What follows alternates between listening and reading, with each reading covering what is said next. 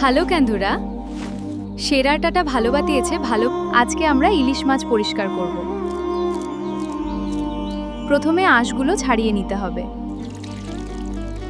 রান্নার জন্য মাছ একদম তৈরি। আজকে আমি আপনাদের ইলিশ মাছ কাটা দেখাবো।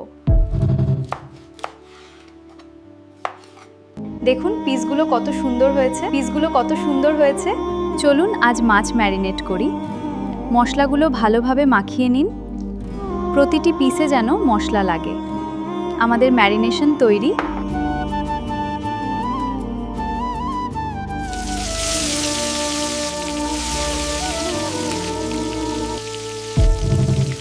আলুগুলো প্রস্তুত করে নিই। প্রথমে খোসা ছাড়িয়ে নেব। এবার সমাংশ কাটুন। রান্নার জন্য আলু প্রস্তুত।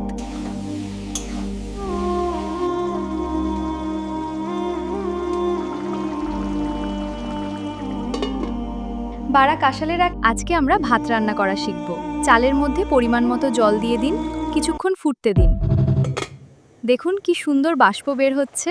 আমাদের ভাত তৈরি।